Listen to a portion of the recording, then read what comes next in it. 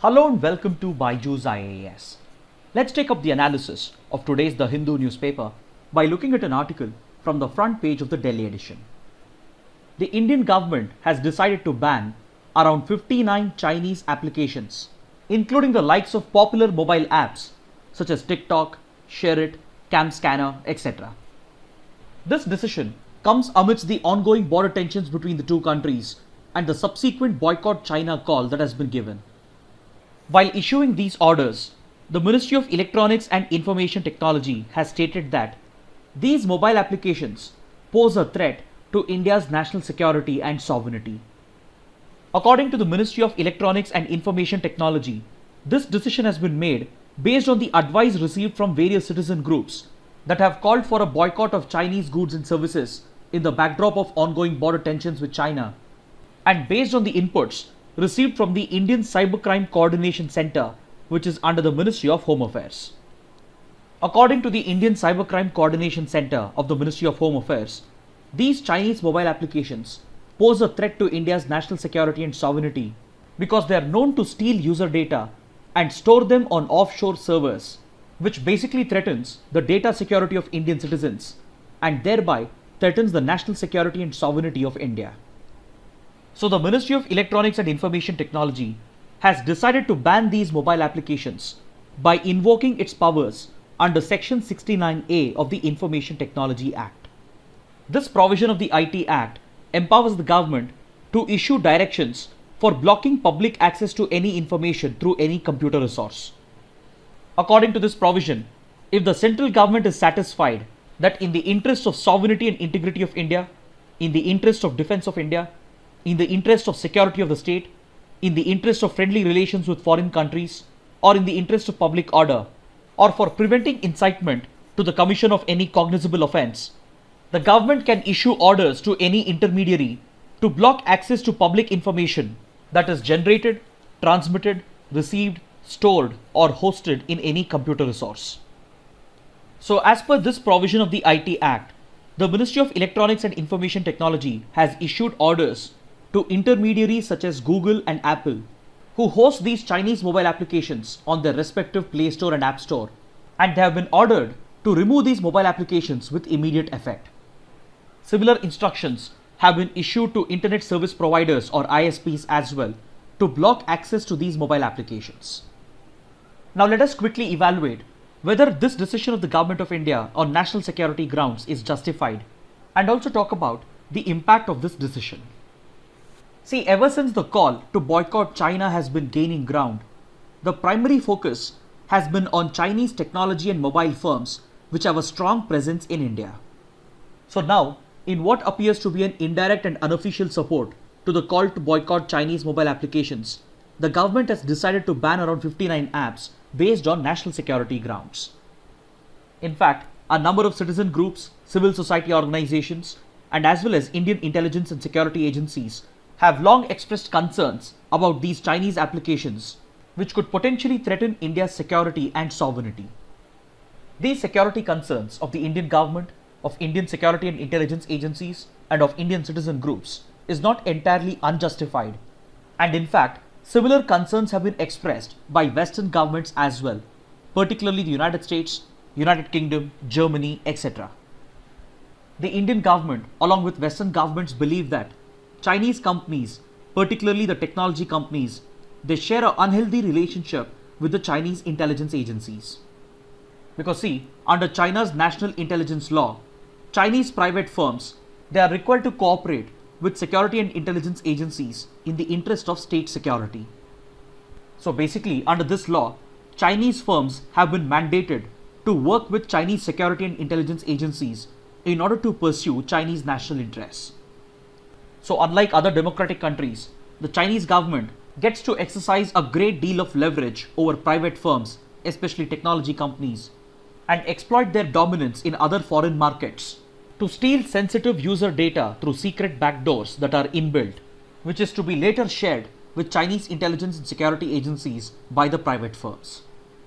Such possible involvement of Chinese companies in espionage and cyber attacks against other countries at the behest of the Chinese state is what raises concerns about these companies.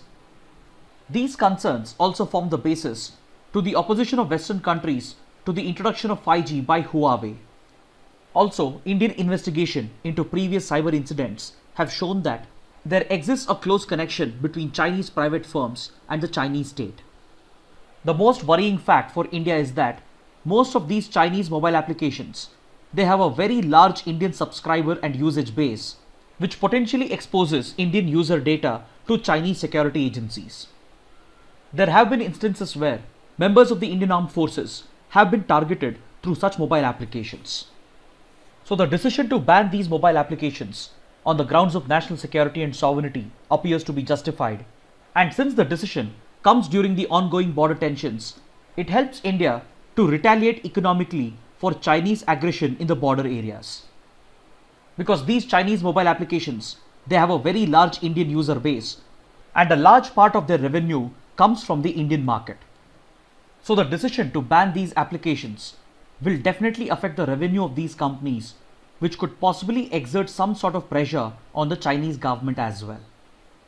But on the other hand, this decision of the Indian government could end up unofficially endorsing the call to boycott China, and this could have serious economic repercussions for India itself. Say in the short term, the decision to ban these applications could affect a number of Indians and a number of Indian businesses as well. Since these apps have a large user market in India, they do have offices in India, and the closure of these offices could result in the loss of a number of jobs. Then these applications, especially the social media apps such as TikTok, are the only source of income for a number of content creators, and they could also be negatively affected by the decision. But apart from this short-term impact, the unofficial endorsement of the call to boycott China by the government could have serious repercussions for other sectors of the Indian economy. As we have discussed over the last few weeks, it is not so easy to decouple the Indian economy from the Chinese economy, especially in a globalized world.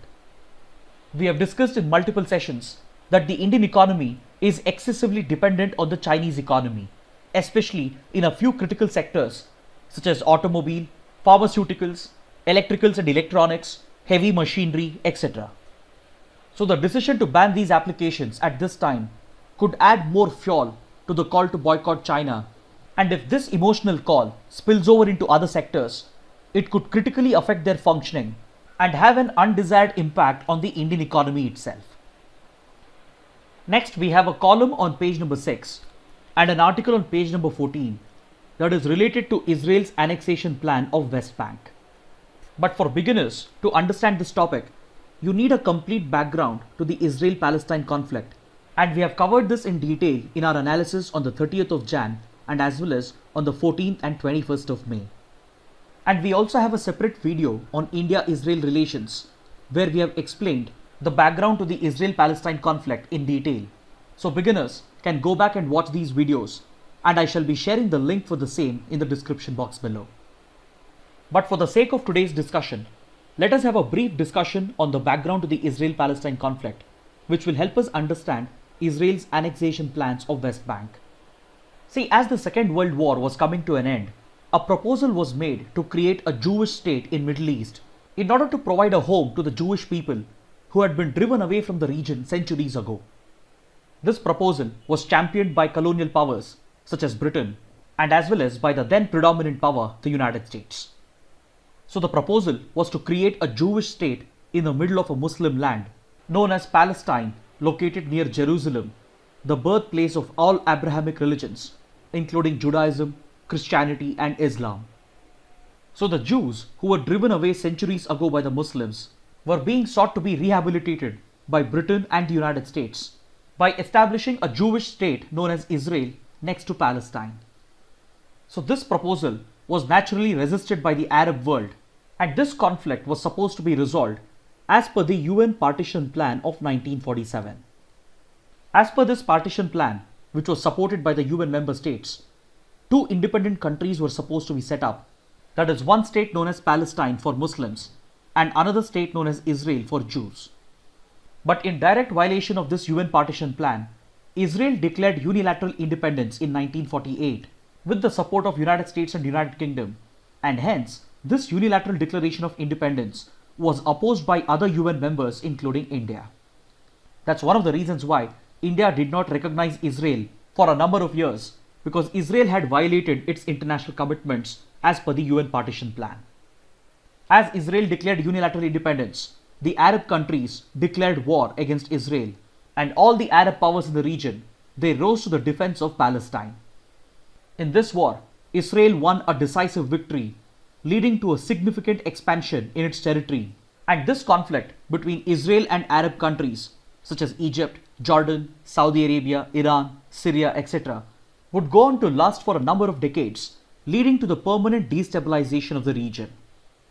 Then we had the Six-Day War in 1967, during which Israel further expanded its territorial claims, leading to a further reduction in Palestinian areas.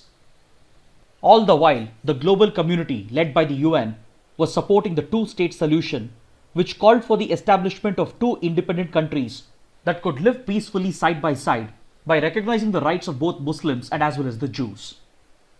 But Israel would go on to violate all these international norms, and it expanded its territorial control in the region to the disadvantage of Palestinian territories. Then later in 1978, with the mediation of the United States, Israel and Egypt would go on to sign the Camp David Accord, through which Israel agreed to return the Sinai Peninsula that it had captured from Egypt during Israel's previous wars with the Arab countries. But this treaty did not address the rights and the concerns of the Palestinians, and it did not involve any negotiations with Palestinian representatives who were at the receiving end of this problem. Then finally in the 1990s, with the intervention of Norway and other Western countries, the Oslo Accords were signed in 1993 and 1995, and these negotiations involved talks between Israel and Palestinian representatives. And these Oslo Accords finally led to the recognition of the Palestinian Authority, which would govern over Palestinian areas such as West Bank and the Gaza Strip. And these accords would go on to recognize the rights of Palestinians and their right of self-determination to finally seek the establishment of an independent country in the future. This map is basically a representation of how Israel managed to expand its territory between 1950s and the 1990s, leading to a subsequent reduction in Palestinian territory and limiting Palestinians to small regions known as West Bank and the Gaza Strip. The Gaza Strip faces the Mediterranean Sea, and it is bound by Egypt and Israel, whereas West Bank is bound by Israel and Jordan. So as per the Oslo Accords, the rights of the Palestinians were recognized, and the interests of the Palestinians were supposed to be represented by the Palestinian Authority which had been established. So according to the Oslo Accords, the West Bank region was divided into a number of different enclaves, and the areas that you can see over here in yellow are known as areas A and B, which are supposed to be controlled and administered by the Palestinian Authority. Whereas the areas in light blue are the areas that are controlled by Israel, because in these parts of West Bank, Israel has pushed a number of illegal Jewish settlements over the years. But over the last 1 year, Israel's Prime Minister Benjamin Netanyahu has proposed a controversial plan to annex large areas of West Bank and the Jordan Valley that is located next to the Jordan River and the Dead Sea. And these annexation plans are in direct violation of the commitments that Israel has made to Palestinians and the international community under the Oslo Accords.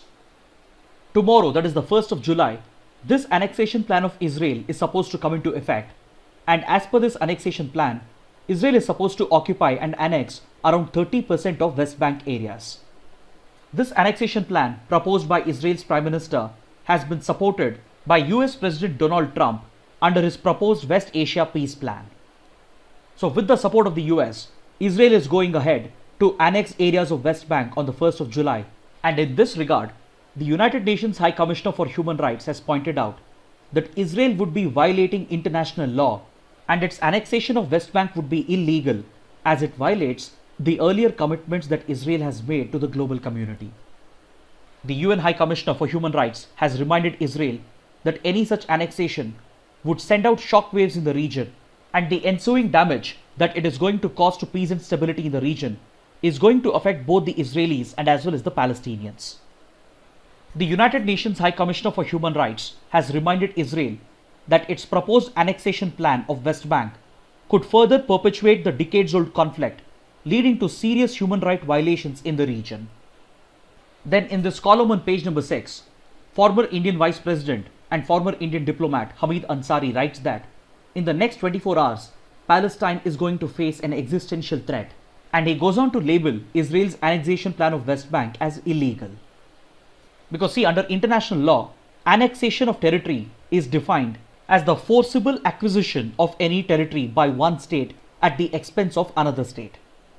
Any such acquisition of territory with the use of force is considered to be illegal and inadmissible as per international law, and this stand has been recognized by various international bodies, including the International Court of Justice, the UN Office of the High Commissioner for Human Rights, and any such annexation would be a violation of the principles of the UN Charter, the Geneva Conventions, and various resolutions that have been adopted by the UN Security Council and the UN General Assembly. The former Vice President goes on to write that Israel's desire to establish permanent security control from the Mediterranean Sea to the Jordan River could result in a 21st century apartheid where the Palestinians could be oppressed at the hands of the Jewish state of Israel. See, the objective of Israel under the annexation plan is to establish permanent security control from the Mediterranean coast to the Jordan River Valley. So this desire of Israel to exercise complete security control over this region, including that of West Bank, would result in an unjust equation where two peoples would be living side by side, and even though they would be ruled by one state, there would be a profound difference in the rights that they would be enjoying.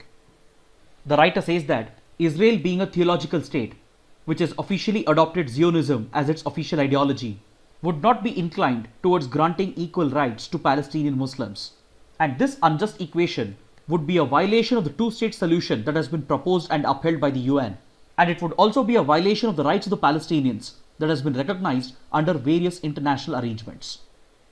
The writer also goes on to say that this proposed annexation plan of West Bank by Israel also poses a great diplomatic challenge for India. Because since 1947, India has consistently stood with Palestine as far as the right of Palestinians to self-determination is concerned. India has always been a proponent of the two-state solution, and over the years, India has consistently extended ideological, diplomatic, and political support to the Palestinian cause. But the dynamics of India's relations with Israel has changed over the years after a rough initial start. As we discussed earlier, India initially did not recognize Israel as an independent country because Israel had violated the commitments that it had made to the UN under the UN partition plan, and it had declared unilateral independence. But due to changing strategic and geopolitical dimensions, India went on to establish covert relations with Israel in the 1960s, and since then, both the countries have established a very close relationship, especially in the domains of security and defense. Then it was only in 1993 that India would officially establish diplomatic ties with Israel. But since then, the bilateral relationship has grown leaps and bounds, and hence, Israel has emerged as a key defense partner for India, and both the countries work very closely in a number of fields, including counter-terrorism, agriculture, water conservation, etc. So especially over the last 10 to 15 years, India has learnt the art of balancing its conflicting relationship with Palestinian Authority and Israel. And even though India sides with Israel on geopolitical grounds, its ideological support to Palestine has continued. So the writer says that this annexation plan poses an existential threat to Palestine, and hence it is time for India to decide whether these acts of Israel are in violation of international law and international legality. So essentially, India would be forced to either make a choice between Israel or Palestine, and this choice of India would go on to show whether India supports the annexation plan of Israel. Now let's take up another column from page number 6, in which the writer explains the ongoing hunger crisis in India and how the problem could be solved by utilizing India's surplus food stock. See, we have discussed over the last 3 months that the hunger crisis has deepened in India as a result of the pandemic, the lockdown, the economic crisis, and rising unemployment. Especially when the lockdown was imposed, millions of migrant workers, daily wage earners, and street vendors, they immediately lost their livelihood and they were pushed into hunger and poverty. So to address this grave crisis and provide an immediate solution, the government of India launched the Pradhan Mantri Garib Kalyan Yojana, under which additional free food grains were being provided to beneficiaries under the National Food Security Act for a period of 3 months. But the government quickly realized that a number of migrant workers and daily wage earners who were suffering from hunger, they have not been covered under the National Food Security Act. Hence, the initial ambit of the Pradhan Mantri Garib Kalyan Yojana was not going to provide any immediate relief to the target population, that is the migrant workers, and hence the government decided to expand the ambit of the scheme under the Atmanirbhar Bharat Abhiyan.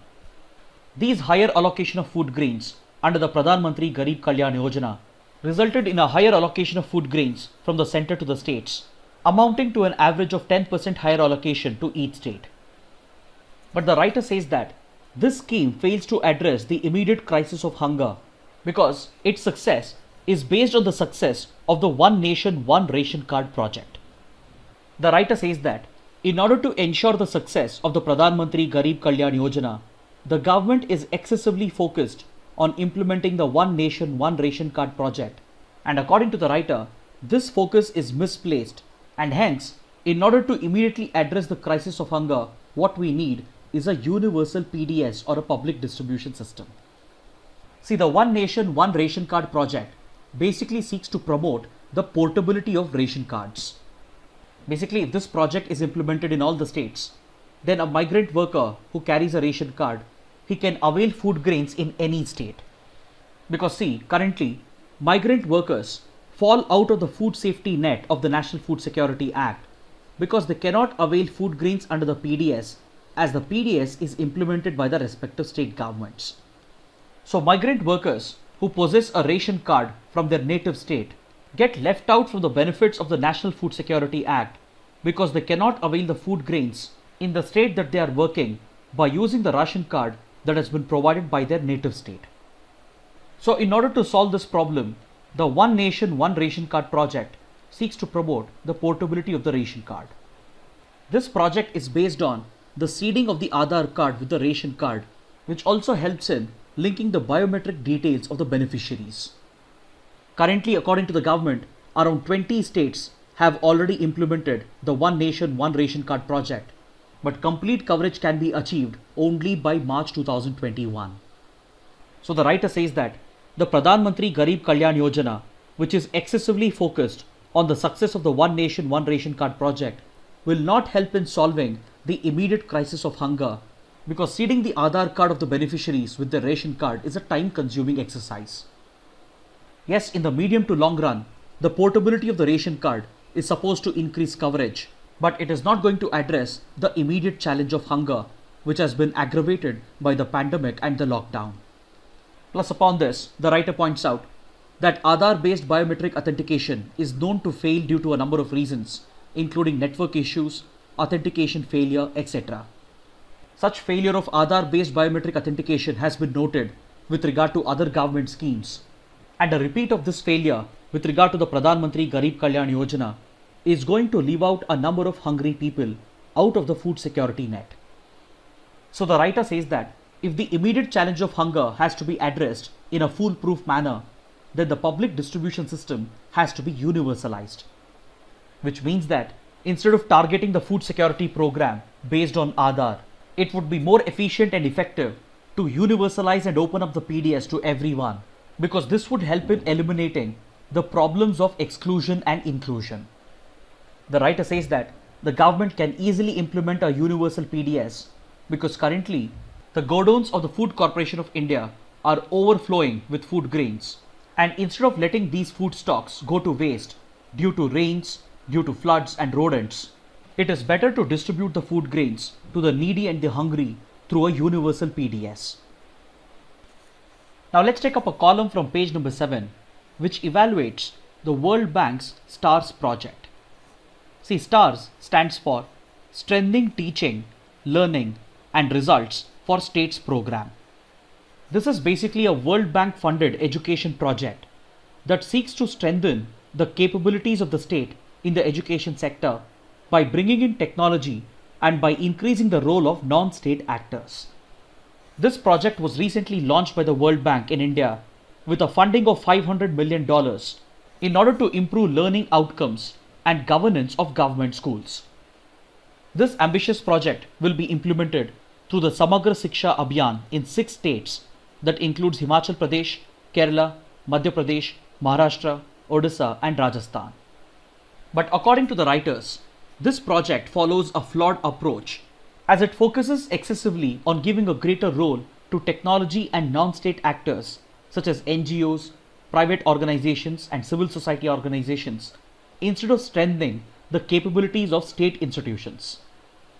The writers are of the opinion that if public education has to be strengthened and improved, then the capabilities of the state has to be enhanced instead of outsourcing the task to non-state actors and instead of excessively relying upon technology. See, one of the key focus areas of the STARS project is to reduce corruption with regard to education, especially at the lower levels, and improve the delivery of service so that this translates into better governance of government schools and improved learning outcomes. But this approach of the STARS project ignores the fact that effective governance is based on the availability of resources to the state agencies. Currently in India, government agencies involved in public education lack the required resources.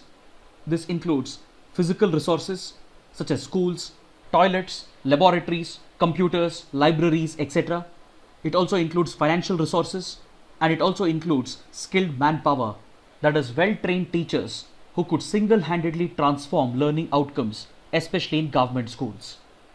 It is a well-known fact that India's public education sector suffers from a critical shortage of these resources. So ideally, the STARS project should have focused on increasing the availability of these resources instead of outsourcing the job to non-state actors. Then in order to tackle government corruption, especially at the lower levels, which is a result of corrupt lower level bureaucracy, the project relies excessively on outsourcing the task to non-state actors, and it seeks to enforce good governance by using technology to increase monitoring and surveillance in order to prevent corruption at the lower levels. But the writers suggest an alternative, and they show how good governance can be introduced through administrative reforms and governance reforms, and they illustrate how decentralized decision making can improve transparency and accountability at the lower levels.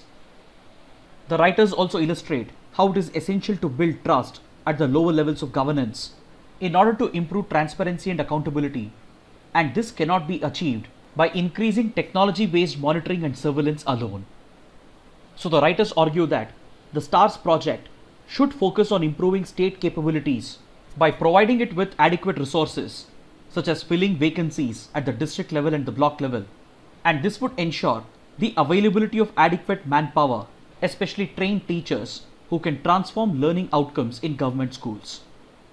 The writers say that the World Bank, the central government, and the concerned state governments should make use of the fund to enhance state capacities in public education instead of outsourcing the task to non-state actors and instead of relying excessively on technology.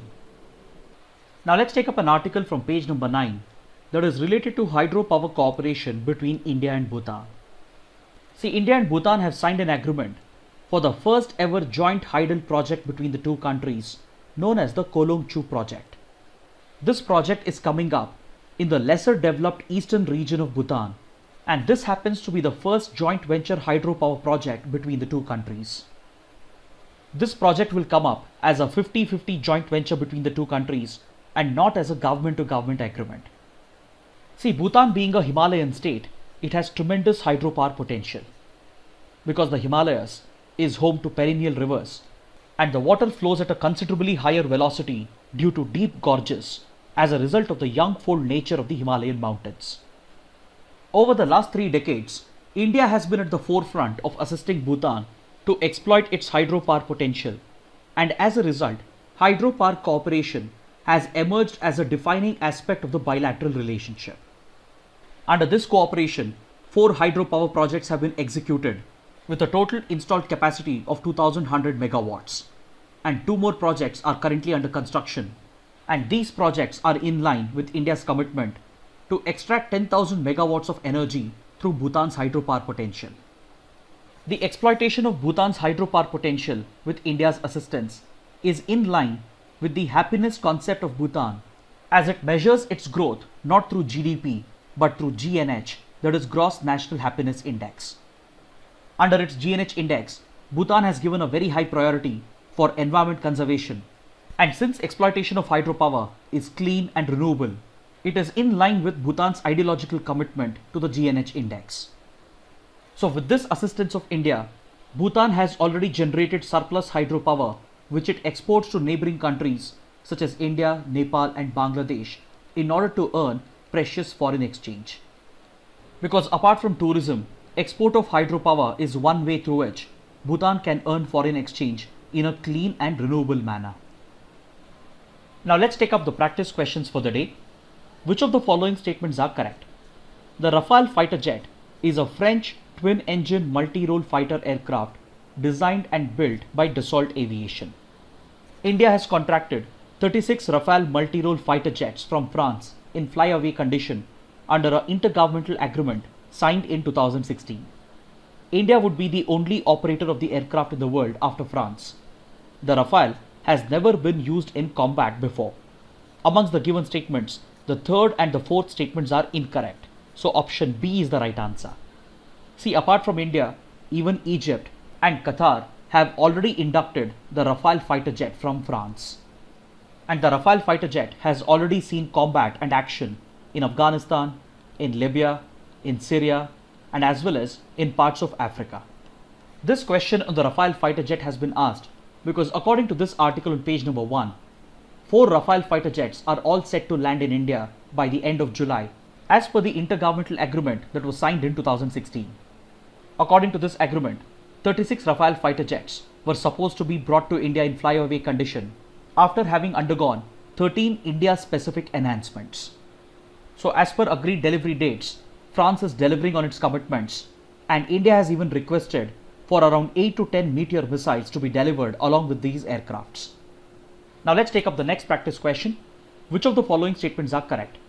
The Drugs Controller General of India is a department of the Central Drug Standard Control Organization responsible for approval of licenses for specified categories of drugs. It comes under the Ministry of Health and Family Welfare. DCGI also sets standards for manufacturing, sales, import and distribution of drugs in India. All the three statements are correct, so option D is the right answer. This question has been asked because according to this article on page number 1, the Drugs Controller General of India has given the nod for human trials of Covaxin, which happens to be India's first vaccine candidate for COVID-19 that has been developed by Bharat Biotech. Now let's take up the next practice question. Which of the following statements are correct? Kalesar National Park is located in Uttarakhand. The park is situated at the foothills of Shivalik ranges of Himalayas. It has been a popular hunting ground from the times of Ahmad Shah Abdali to the British colonial rulers, leading to destruction of big predators in the region. Amongst the given statements, the first statement is incorrect because the Kalesar National Park is located in Haryana and not in Uttarakhand.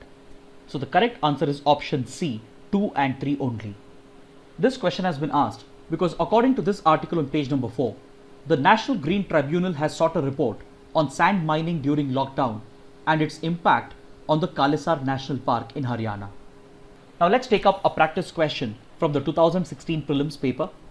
Consider the following: Calcutta Unitarian Committee, Tabernacle of New Dispensation, Indian Reform Association. Keshav Chandra Sen is associated with the establishment of which of the above? The correct answer is option B, 2 and 3 only. Finally, let's take up a couple of mains practice questions. The first question: discuss the rationale behind the government's decision to ban a host of Chinese mobile apps. The second question: Israel's annexation plan of West Bank is in contravention of international legality. Examine the details of the plan and possible response of India to these plans. So kindly write an answer to these questions and post your answers in the comment section below. This concludes our discussion for the day. Thanks for watching.